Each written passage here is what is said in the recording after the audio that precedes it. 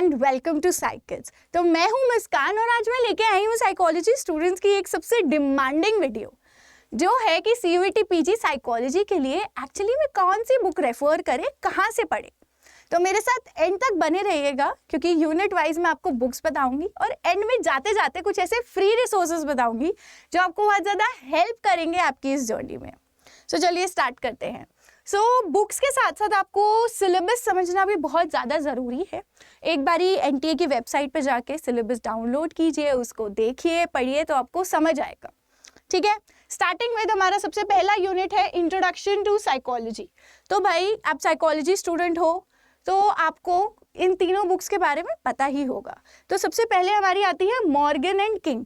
तो अब ये जो मॉर्गन एंड किंग है, it is one of the highly recommended books among psychology students. Reason being कि इसके अंदर काफ़ी डिटेल में एक्सप्लेनेशन दी है। ठीक है, तो आप मॉर्गन एंड किंग को रेफर कर सकते हैं इस पर्टिकुलर यूनिट के लिए। एंड आपको ना ये समझना बहुत ज़रूरी है कि जब हम इंट्रोडक्शन टू साइकोलॉजी की बात कर रहे हैं, कई बच्चे ऐसा बोलते हैं कि यूनिट 1 को अलग से पढ़ने की क्या ज़रूरत है जब डिटेल में तो हम सारे यूनिट्स को पढ़ेंगे ही। भाई देखो क्या होता है ना कि जब आप एक एग्जाम की प्रेप करने जाते हो, अगर आप डायरेक्टली बहुत डिटेल टॉपिक्स को पढ़ने लगो और आपका बेस क्लियर नहीं है तब प्रॉब्लम होती है। तो इसीलिए सबसे पहले रिकमेंडेड है कि आप इस यूनिट से स्टार्ट करें, किसी यूनिट को स्किप ना करें चाहे आपको आता है या नहीं आता है। ठीक है, दूसरी बुक जो है हम रेफर करते हैं Ciccarelli. Ciccarelli is one of my favourite books. Reason being कि ये जो बुक है इस तरीके से डिज़ाइन है कि एक तो स्टूडेंट फ्रेंडली इसकी लैंग्वेज है, आपको बहुत इजीली समझ आएगी, बहुत अच्छे इसके एग्जाम्पल्स हैं। ठीक है, एंड देन उसके साथ साथ इस बुक में ना आपको MCQs भी देखने को मिलेंगे हर यूनिट के एंड में। That is also a plus point है। ठीक है, इस बुक को रेफर कीजिए। नहीं तो तीसरी बुक जो आती है वो है हमारी बैरन। अब ये जो बैरन बुक है, इट इज़ अनदर बुक जो साइकोलॉजी स्टूडेंट्स में बहुत ज़्यादा फेमस है। इसकी लैंग्वेज भी इजी है, बस मॉर्गन एंड किंग की थोड़ी टेक्निकल लैंग्वेज है।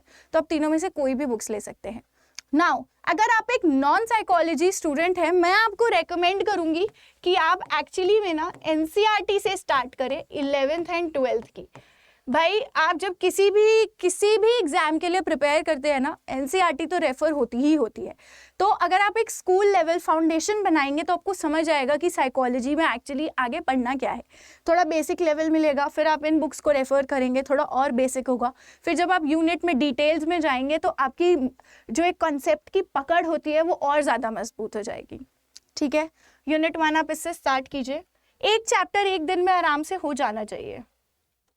फिर आती है हमारी unit 2 and 3 history and schools of psychology. तो ये जो यूनिट है ये दोनों बहुत इंपॉर्टेंट है और इस बार इनमें अच्छे खासे क्वेश्चंस आए थे CUET PG में। हिस्ट्री ऑफ साइकोलॉजी के अंदर बेसिकली कि साइकोलॉजी एज अ सब्जेक्ट कैसे आया। ठीक है, इसमें हमसे एक जो बहुत इंपॉर्टेंट क्वेश्चंस आते हैं हिस्ट्री ऑफ साइकोलॉजी में वो है हमारे फिलोसोफर्स। तो भाई आपको फिलोसोफर्स पता होने चाहिए, starting from Hippocrates, Plato, Socrates, Descartes. आपको सारे फिलोसोफर्स कि वो मोनिस्ट थे या वो ड्यूलिस्ट थे, आपको ये सब चीज़ें पता होनी चाहिए। ठीक है, फिर आता है स्कूल्स ऑफ साइकोलॉजी। तो स्कूल्स ऑफ साइकोलॉजी हमारी कहाँ से स्टार्ट होती है? Structuralism, functionalism, behaviourism, psychoanalysis, humanistic. तो आपको ये स्कूल्स ऑफ साइकोलॉजी पता होने चाहिए क्योंकि इससे बहुत सारे क्वेश्चंस आते हैं आपका कोई भी एग्जाम हो। ठीक है, तो ये जो बुक है हमारी introduction to history of psychology by Henley, it is a very nice book and बहुत अच्छे से ये स्ट्रक्चर्ड है। तो आप जब ये बुक को रेफर करें तो प्लीज़ स्मार्ट वर्क करें, हार्ड वर्क करने ना बैठे, पूरी बुक को रेफर ना करें। कुछ पोर्शंस हैं जो आपके स्कूल्स ऑफ साइकोलॉजी और हिस्ट्री के लिए कवर हो जाएंगे, हर स्कूल के बारे में पढ़े। उसके साथ साथ आपको याद रखना बहुत ज़रूरी है स्कूल्स ऑफ साइकोलॉजी में कि एक्चुअली में फाउंडर्स एंड आपका ईयर बहुत इंपॉर्टेंट है कि आप ये दो चीज़ें तो ज़रूर याद रखें। ठीक है, आगे बढ़ते हैं। उसके बाद हमारा आता है यूनिट 4 एंड 5। तो यूनिट 4 जो है वो हमारा बेसिकली हमारा बायो साइकोलॉजी है, बायोलॉजिकल बेसिस ऑफ बिहेवियर, यानी जो हम बिहेवियर दिखा रहे हैं उसके पीछे हमारी बायोलॉजी क्या है। इस यूनिट से भी बहुत सारे क्वेश्चंस आते हैं, कम से कम नहीं तो आप ये मान लीजिए कि 8 क्वेश्चंस इस यूनिट से तो आते ही आते हैं। तो आप इसे मिस आउट नहीं कर सकते हो। अब इसके लिए हाईली 2 रिकमेंडेड बुक्स हैं। एक है biological psychology by Kalat, this is a really good book, usually हम रेफ़र करते हैं इसको। नहीं तो दूसरी बुक जो आप रेफ़र कर सकते हैं वो है आपकी पीनल। ये जो दोनों बुक हैं इनमें से कोई भी आप एक बुक लीजिए, आप अपना स्टार्ट कीजिए पढ़ना। Fields of psychology, bio psychology पढ़िए, फिर उसके बाद आप neurons, nervous system, brain imaging tools, techniques, ये सब चीज़ें पढ़िए, ठीक है। इतने में आपका कवर हो जाएगा। फिर उसके बाद आप न्यूरोट्रांसमीटर्स, ग्लैंड्यूलर सिस्टम, ये सारी चीज़ें पढ़िए। फिर उसके बाद आ जाता है आपका सेंसेशन यूनिट। तो अब ये जो यूनिट 5 है वो है आपका सेंसेशन एंड परसेप्शन। तो अब सेंसेशन में क्या है, हमारे 5 सेंसेस हैं, वो भी थोड़ा बायोलॉजी से रिलेट करते हैं। तो इसीलिए आप इन दोनों में से जो भी आप अपने लिए रेफर करेंगे उसी में आप सेंसेशन कवर कर लेंगे। सेंसेशन में आपको पढ़ना होगा विजुअल पाथवे, ठीक है, इसमें आपको ऑडिटरी पाथवे पढ़ना होगा। तो ये सारी चीज़ें आपको इस बुक में मिल जाएंगी। अलॉन्ग विद आप पार्ट्स पढ़ेंगे, जैसे आई स्ट्रक्चर पढ़ेंगे, ईयर स्ट्रक्चर पढ़ेंगे। उसके साथ साथ हमारी कुछ थ्योरीज हैं वो भी आपको पढ़नी है। उसके अलावा आपका वेस्टिबुलर, काइनेस्थेटिक सिस्टम, तो ये 2 बुक्स आप रेफर कर सकते हैं उसके लिए। मूविंग फॉरवर्ड, फिर आता है आपका यूनिट नंबर 5 का एक पार्ट मैंने आपको अभी बताया कि आप उस वाली बायोसाइकोलॉजी के साथ पढ़ सकते हैं। अब यूनिट नंबर 5 का दूसरा पार्ट जो है वो है परसेप्शन। तो भाई परसेप्शन क्या है, आप दुनिया को देख के क्या समझ बनाते हैं, वो यहाँ चल रही है आपके, ठीक है। आप इस वीडियो क्या हो गया, वो हो गया मेमोरी, वो हो गया मेमोरी। तो अब मेमोरी और परसेप्शन जो है ये थोड़ा कॉग्निटिव साइकोलॉजी का पार्ट है, तो उसके लिए आप रेफर कर सकते हैं स्टर्नबर्ग, ठीक है। स्टर्नबर्ग एक बहुत ही अच्छी बुक है, आप इसको रेफर कीजिए, ठीक है। इसमें आपको बहुत अच्छी नॉलेज मिलेगी। अगेन आपको स्मार्ट वर्क करना है, उन यूनिट्स को रेफर करना है जो आपको एक्चुअली में नॉलेज देंगे उस पर्टिकुलर यूनिट की, ठीक है। फिर उसके बाद आगे बढ़ते हैं, हमारा आता है यूनिट नंबर 7 मोटिवेशन। भाई यूनिट नंबर 7 मोटिवेशन, इसमें हमारी बहुत सारी थ्योरीज है, स्टार्टिंग फ्रॉम हमारी प्रोसेस थ्योरी, ठीक है, एक आती है हमारी कंटेंट थ्योरी। तो content theories of motivation, process theories of motivation, तो ये आपको पढ़नी है। इसके लिए मैं आपको रेकमेंड करूंगी कि आप ये ऑर्गेनाइजेशनल बिहेवियर रॉबर्ट की जो बुक है आप इसको रेफर कीजिए, बहुत अच्छी बुक है। अगेन इसके अंदर आपको पूरा नहीं पढ़ना है, आप इसमें से मोटिवेशन पढ़िए, आप इसमें से लीडरशिप पढ़िए। यही 2 यूनिट्स अभी के लिए इंपॉर्टेंट है, ठीक है। मास्टर्स के अगर आप CUET PG के लिए प्रेप कर रहे हैं या किसी और एंट्रेंस एग्जाम के लिए, रेस्ट आप सिलेबस को रेफर कीजिए, जो भी आपकी यूनिवर्सिटी आप जो टारगेट कर रहे हैं अगर उन्होंने कुछ सिलेबस दिया है तो, ठीक है। मोटिवेशन आप इसे भी नहीं छोड़ सकते हैं, ईजी यूनिट है, थोड़ी थ्योरी पार्ट है बट हो जाएगा। फिर आता है हमारा यूनिट नंबर 9 पर्सनालिटी, सबका फेवरेट यूनिट है ये इस यूनिट में सबसे ज़्यादा क्वेश्चंस आपको देखने को मिलेंगे एंड आई थिंक मुझे ऐसा लगता है ये टॉपिक भी बहुत ज़्यादा इंटरेस्टिंग है। हम फ्रॉइड की बात करते हैं, हम कार्ल युंग की बात करते हैं, फिर उसके बाद हमारे एडलर आ जाते हैं, कैरन हॉर्नाय आते हैं। तो जो पर्सनालिटी की जो थ्योरीज हैं उनके ऊपर आपकी पकड़ बहुत अच्छी होनी चाहिए। इसके लिए आप शुल्ट्ज एंड शुल्ट्ज, ये जो बुक है आई थिंक ये one of the recommended books हैं, आप इसको रेफर कर सकते हैं।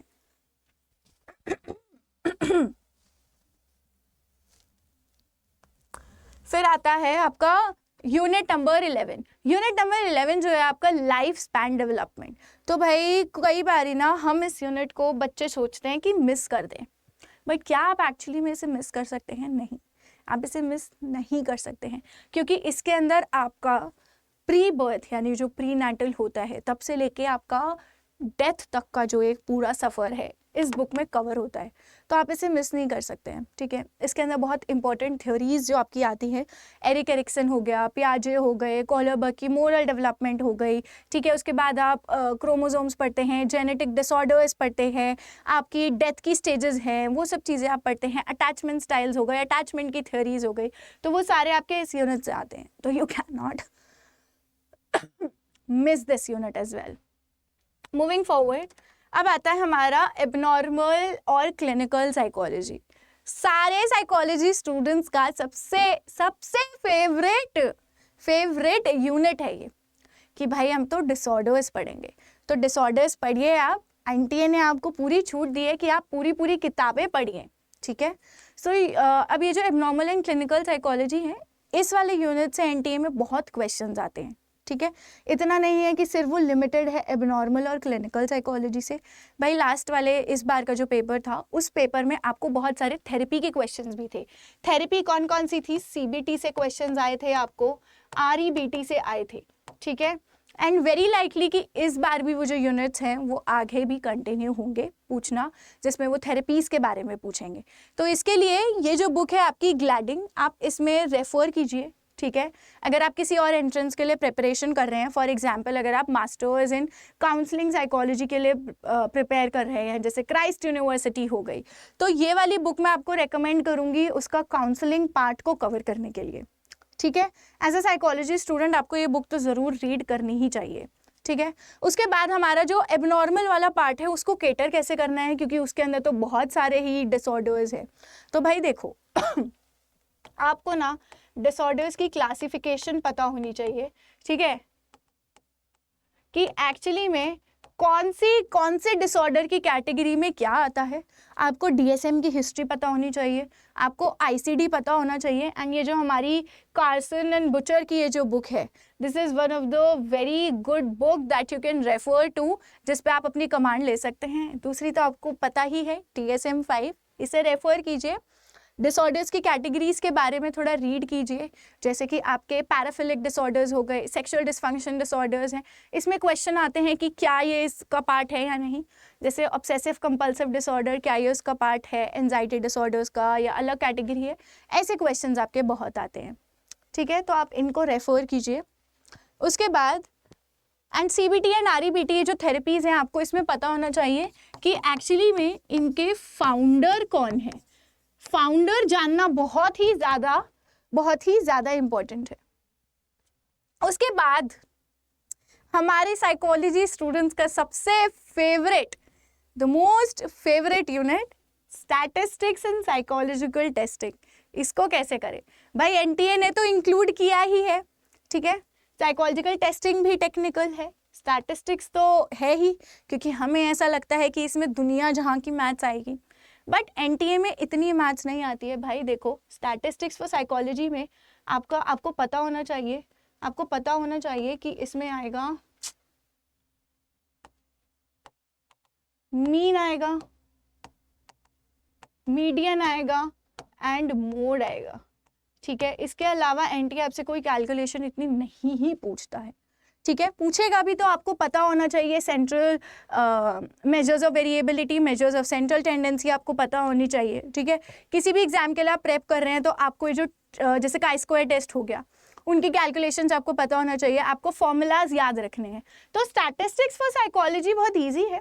अगर जहाँ तक मैं बात करूँ साइकोलॉजिकल टेस्टिंग में, तो इस साइकोलॉजिकल टेस्टिंग में आपके बहुत सारी चीज़ें हैं, जैसे रिलायबिलिटी, वैलिडिटी, नॉर्म्स आती हैं।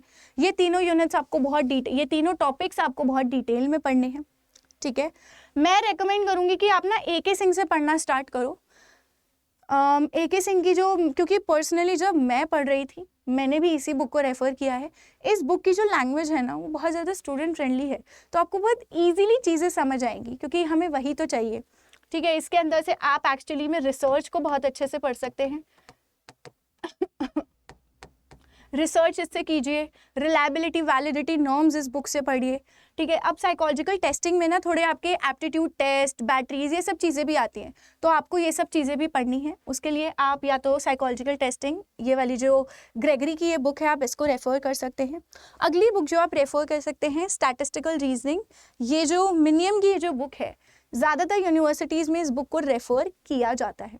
तो इन तीनों में से कोई भी बुक्स लीजिए, बट मैं सजेस्ट करूँगी इससे स्टार्ट करके फिर इन दोनों में से कोई भी एक बुक जिस तरीके से आपकी नीड्स है उस तरीके से आप पिक कीजिए और रीड कीजिए, ठीक है। उसके बाद हमारी अगली आ जाती हैं कुछ यूनिट्स अभी हमारे बचे हैं, जैसे कि आपका लर्निंग हो गया, इंटेलिजेंस हो गया एंड इमोशन हो गया। तो देखिए सबसे पहले बात करते हैं इमोशन की। इमोशन में क्या चीज़ें आपको पढ़नी है? थ्योरीज ऑफ इमोशन आएगी, आपको पता होना चाहिए कि 6 इमोशंस किसने दिए हैं बेसिक, 8 प्राइमरी इमोशंस किसने दिए हैं, आपको ये दोनों चीज़ें पता होनी चाहिए। उसके बाद हमारा आता है इंटेलिजेंस की थ्योरीज आपको पता होनी चाहिए, बहुत सारी थ्योरीज हैं। उसके बाद लर्निंग, लर्निंग एक ऐसा टॉपिक है ना जिसके लिए मैं रिकमेंड करूंगी कि भाई आप मॉर्गन एंड किंग से तो रीड करिए ही करिए, ठीक है, क्योंकि ये यूनिट्स ऐसे हैं कि इनके लिए पर्टिकुलरली एक अलग बुक आप रेफर नहीं कर सकते हैं, बट जैसे जैसे आप यूनिट वाइज आते हैं करते रहेंगे प्रेप, तो आपको एक आइडिया लगता रहेगा। इनमें से कोई भी बुक रेफर कीजिए। अलॉन्ग साइड मैं आपको ये रेकमेंड करूंगी कि आप कोई रिसर्च पेपर्स, कोई ऐसे थियोरेटिकल रिसर्च पेपर्स जो होते हैं, रिव्यू पेपर्स, उन्हें रीड कीजिए ताकि आपको थोड़ा और समझ आए बेहतर इन टॉपिक्स के बारे में, ठीक है। वैसे तो ज़्यादातर इन तीनों बुक्स में आपका कवर हो जाएगा जो आपको थ्योरीज एक्चुअली में चाहिए। अब लास्टली हम बात करते हैं भाई एडिशनल रिसोर्सेज की कि क्या क्या हम रेफर कर सकते हैं। तो देखिए बुक्स तो मैंने आपको बता दी हैं। अब आप एक्चुअली में क्या कर सकते हैं, आप इग्नो के नोट्स को आप रेफर कर सकते हैं। आप लोगों ने सुना भी होगा, एक वेबसाइट है जिस पे नोट्स डाउनलोड होते हैं, ई ज्ञान कोश। आप ई ज्ञान कोश को रेफर कर सकते हैं। एक बहुत ही अच्छी डिपॉजिटरी है जिसके अंदर आपको बहुत सारा ही यूनिट आपको मिल जाएगा, ठीक है। जैसे मान लीजिए कि आपको लर्निंग एंड इमोशन के बारे में, लर्निंग के बारे में थोड़ा डिटेल में पढ़ना है, बट वो बुक्स में इतना नहीं है, तो आप ई ज्ञान कोश के नोट्स को रेफर कर सकते हैं, बहुत अच्छे हैं, ठीक है। उसके अलावा देखिए आपको PYQs को रेफर करना है। व्हेन आई से PYQs, आप CUET PG के पेपर्स उठाइए, ठीक है, CUET PG उठाइए, आप DU के पेपर्स उठाइए, आप BHU के पेपर्स उठाइए, ठीक है। उसके बाद आप उठा सकते हैं NFSU के पेपर्स, आप ले सकते हैं, वेबसाइट पे NTA की वेबसाइट पे अवेलेबल है, ठीक है। आप इन पेपर्स को रेफर कीजिए, आपको पता चलेगा कि मास्टर्स लेवल के एंट्रेंसेस में एक्चुअली किस तरीके के क्वेश्चंस आते हैं। उसके बाद आप क्या कीजिए, अपने ग्रेजुएशन के जो आपका मटेरियल है उसको रेफर कीजिए, ठीक है। ये कुछ चीज़ें मैं आपको रेकमेंड करूंगी एडिशनल रिसोर्सेज में। ये वाला रिसोर्स जो है सबसे हाईली रिलायबल है। अगली चीज़ जिसके बारे में मैं बात करना चाहती हूँ एक्चुअली, वो है हमारी कुछ वेबसाइट्स।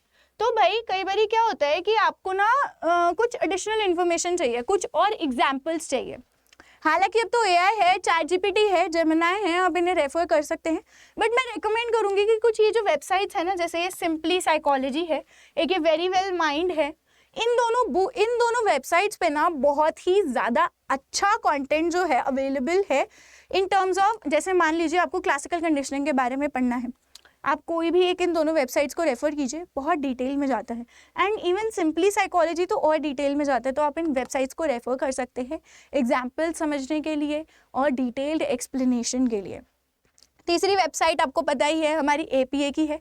APA में आपको जो बेसिक जो एक डेफिनेशंस होती हैं कोर आपको वो मिलेगी, तो आप इस बुक को भी, इस वेबसाइट को भी रेफर कर सकते हैं। सो आज के वीडियो के लिए इतना ही। मैंने आपको सारे रिसोर्सेज बता दिए हैं। अगर आप लोग चाहते हैं कि इन बुक्स की आपको PDF मिले तो प्लीज़ मुझे कमेंट में बताएं ज़रूर, मैं आपको ये PDFs बिल्कुल शेयर करूँगी। Thank you so much. I hope आपको वीडियो अच्छी लगी हो। Please like, share and subscribe करें। Thank you so much.